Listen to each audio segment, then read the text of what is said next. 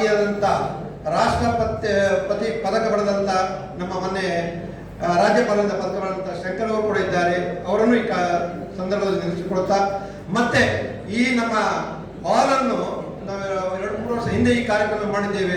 ಈ ಹಾಲು ನಮ್ಗೆ ಸಿಗ್ತಾ ಇಲ್ಲ. ಈ ಹಾಲಲ್ಲೇ ಸಿಕ್ಕಿದ್ರೆ ಸ್ವಲ್ಪ ಅನುಕೂಲ ಏನು ಅಂತ ಒಂದು ತಿಳಿದುಕೊಂಡು ನಮ್ಮ ಈ ರನ್ನರ್ ಕ್ಲಬ್ಬಿನ ಕಾರ್ಯದರ್ಶಿ ಅಂತ ಈ ಯುವಕರವರು ನಮ್ಮ ಈ ಡಾಕ್ಟರ್ ಹತ್ರ ಮಾತಾಡಿ ಒಟ್ಟಾರೆ ಈ ವೈದ್ಯಾಧಿಕಾರಿಯವರನ್ನು, ನಮ್ಮ ಸಾರ್ವಜನಿಕ ಬಂಧುಗಳನ್ನು ಮತ್ತು ಎಲ್ಲ ಅಧಿಕಾರಿ ವರ್ಗದವರನ್ನು, ಅದಕ್ಕಿಂತ ಹೆಚ್ಚಾಗಿ ಈ ರಕ್ತದಾನಿಗಳು ನಮ್ಮ ಸಮಯಕ್ಕೆ ಸರಿಯಾಗಿ ಬಂದು ರಕ್ತದಾನ ಮಾಡಿ ಈಗಾಗಲೇ 100 ಯೂನಿಟ್ ರಕ್ತ ಈಗಾಗಲೇ ಕೊಟ್ಟಾಗಿರುತ್ತದೆ.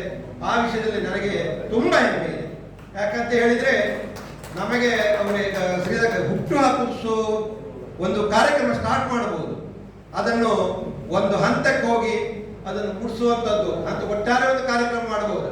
ಆದರೆ ಇದರ ಹಿಂದೆ ಕೇಶವ ಪೂಜೆಯವರು ನಾವು ಏನೋ ಒಂದು 15 ತಿಂಗಳಿಂದ ಭಾಳ ಕುಳಿತಿದ್ದೇವೆ. ಯಾಕಂದ್ರೆ ನೋಡ್ಲಿಕ್ಕೆ ಒಂದು ಅರ್ಧ 1 ಗಂಟೆ ಕಾರ್ಯಕ್ರಮ, ಆದರೆ ಒಂದು ಸಂದರ್ಭದಲ್ಲಿ ಎಣಿಸ್ತದೆ ಬಹಳ ಕಷ್ಟ ಆಗ್ತದೆ ಆಯ್ತಾ. ಆ ಒಂದು ಸಂದರ್ಭವನ್ನು ನಾವು ಯಾಕಂತ ಹೇಳಿದ್ರೆ ಎಲ್ಲ ಕೆಲಸ ಆಗ್ತದೆ. ಜನ ಒಟ್ಟು ಮಾಡೋದು, ಜನ ಒಟ್ಟು ಮಾಡಬಹುದು. ಈ ರಕ್ತ ಕೊಡುವನ್ನು ಒಟ್ಟು ಮಾಡೋದು ಸುಲಭ ಇಲ್ಲ.